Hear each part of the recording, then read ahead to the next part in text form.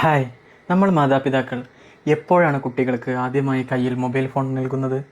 ഒന്നുകിൽ അവർക്ക് ഭക്ഷണം കഴിക്കാൻ, അല്ലെങ്കിൽ വാശി പിടിക്കുമ്പോൾ, നമ്മൾ എന്തെങ്കിലും ജോലി ചെയ്യുമ്പോൾ അവർ കരയാതിരിക്കാൻ. സത്യത്തിൽ ആ സമയത്ത് ആ ഫോൺ നമുക്ക് വലിയൊരു ആശ്വാസമാണ്. പക്ഷേ പതിയെ പതിയെ ഫോൺ ഇല്ലാതെ അവർ ഭക്ഷണം കഴിക്കില്ല എന്ന അവസ്ഥ വരുന്നു. ഫോൺ വാങ്ങിവെച്ചാൽ അവർ നിലത്തു കിടന്ന് കരയാൻ തുടങ്ങുന്നു. അവസാനം അത് വലിയൊരു അഡിക്ഷനിലേക്ക് മാറുന്നു. ഇവിടെ നമ്മൾ അച്ഛനമ്മമാർ കുറ്റക്കാരാണോ? ഒരിക്കലുമല്ല. ഇന്നത്തെ തിരക്ക് പിടിച്ച ജീവിതത്തിൽ നമ്മൾ ഇങ്ങനെയൊക്കെ ചെയ്തു പോകുന്നതാണ്. പക്ഷേ ഇതൊരു അഡിക്ഷനിലേക്ക് മാറുമ്പോൾ നമ്മൾ അത് മാറ്റിയെടുത്തേ പറ്റൂ. കുട്ടികളുടെ ഫോൺ അഡിക്ഷൻ കരച്ചിലോ ബഹളമോ ഇല്ലാതെ എങ്ങനെ ശാസ്ത്രീയമായി മാറ്റിയെടുക്കാമെന്നാണ് നമ്മൾ ഇന്ന് നോക്കുന്നത്. ആദ്യം നമ്മൾ മനസ്സിലാക്കേണ്ടത്, ഫോൺ കാണുമ്പോൾ കുട്ടികളുടെ തലച്ചോറിൽ എന്താണ് സംഭവിക്കുന്നത് എന്നാണ്. അവർ കാർട്ടൂണോ യൂട്യൂബ് വീഡിയോകളോ കാണുമ്പോൾ അവരുടെ തലച്ചോറിൽ ഡോപ്പമൈൻ എന്നൊരു ന്യൂറോ ട്രാൻസ്മിറ്റർ വൻതോതിൽ റിലീസ് ചെയ്യപ്പെടും. ഇത് അവർക്ക് വലിയ സന്തോഷം നൽകും. ഫോണിലെ വീഡിയോകൾ വളരെ ഫാസ്റ്റാണ്. പെട്ടെന്ന് കളറുകൾ മാറും, വലിയ ശബ്ദങ്ങൾ വരും. ഇത് കണ്ടു ശീലിച്ച ഒരു കുട്ടിയുടെ കയ്യിൽ നമ്മളൊരു സാധാരണ മരത്തിൻ്റെ കളിപ്പാട്ടമോ അല്ലെങ്കിൽ ബ്ലോക്കോ കൊടുക്കുമ്പോൾ അവനക്ക് അത് വലിയ ബോറടിയായി തോന്നും.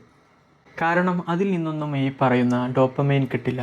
അതുകൊണ്ട് ഫോൺ മാറ്റി വെക്കുമ്പോൾ അവർ അത്രയും വലിയ ബഹളം വെക്കുന്നതും അവർക്ക് ദേഷ്യം വരുന്നതും. അതുകൊണ്ടൊരു സുപ്രഭാതത്തിൽ ഫോൺ പിടിച്ചു വാങ്ങി ഒളിപ്പിച്ച് വെച്ചാൽ അത് വലിയൊരു പൊട്ടിത്തെറിക്ക് കാരണമാകും. പകരം നമ്മൾ ഈ 3 കാര്യങ്ങൾ ചെയ്തു നോക്കുക. ഒന്നാമതായി, പെട്ടെന്ന് പിടിച്ചു വാങ്ങരുത്. കുട്ടി ഫോൺ കണ്ടുകൊണ്ടിരിക്കുമ്പോൾ നമ്മൾ ചെന്ന് പെട്ടെന്നത് പിടിച്ചു വാങ്ങരുത്. അത് അവരുടെ ഇമോഷണൽ ബ്രെയിനിനെ ട്രിഗർ ചെയ്യും.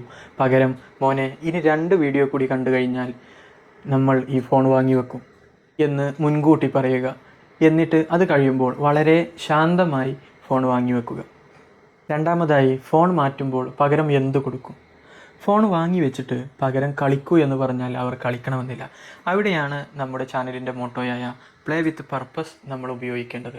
ഫോൺ വാങ്ങുന്ന അതേ സമയത്ത് തന്നെ അവർക്ക് വളരെ ഇൻട്രസ്റ്റിംഗ് ആയിട്ടുള്ള പ്ലേഡോയോ ലെഗോയോ പോലുള്ള, അല്ലെങ്കിൽ വെള്ളം വെച്ച് കളിക്കാവുന്ന സെൻസറി കളികളോ നമ്മൾ അവർക്ക് നൽകുകയും അവരോടൊപ്പം ഇരുന്ന് കളിക്കുകയും ചെയ്യുക. ഫോണിൽ നിന്ന് കിട്ടുന്ന ഈ ഡോപ്പമൈൻ നമ്മൾ ഈ കളികളിലൂടെ അവർക്ക് കൊടുക്കുകയാണ്. മൂന്നാമതായി, സ്ക്രീൻ ഫ്രീ സോണുകൾ.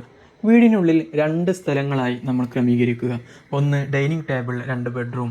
ഭക്ഷണം കഴിക്കുമ്പോഴും ഉറങ്ങാൻ പോകുന്നതിന് മുമ്പും 1 മണിക്കൂർ മുമ്പോ ഫോണോ ടിവിയോ പാടില്ല എന്നൊരു നിയമം നമ്മൾ കൊണ്ടുവരിക. നമ്മൾ മുതിർന്നവരും അത് പൂർണ്ണമായിട്ടും പാലിക്കാൻ ശ്രമിക്കുക.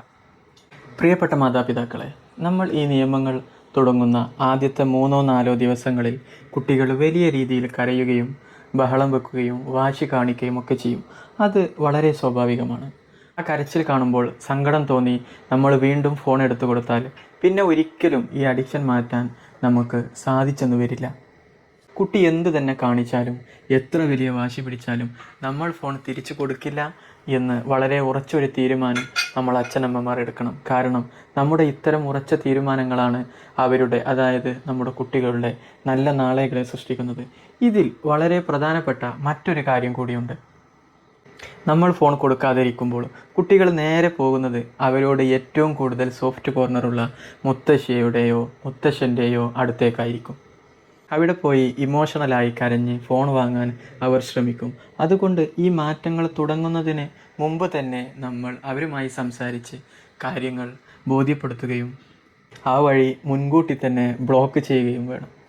നമ്മളെല്ലാവരും ചേർന്ന് ഉറച്ചു നിന്നാൽ വെറും കുറച്ച് ദിവസങ്ങൾക്കുള്ളിൽ തന്നെ അവർ ഈ ഫോൺ മറന്ന് പുതിയ കളികളുമായി പൊരുത്തപ്പെടുന്നത് നമുക്ക് തന്നെ കാണാൻ കഴിയും.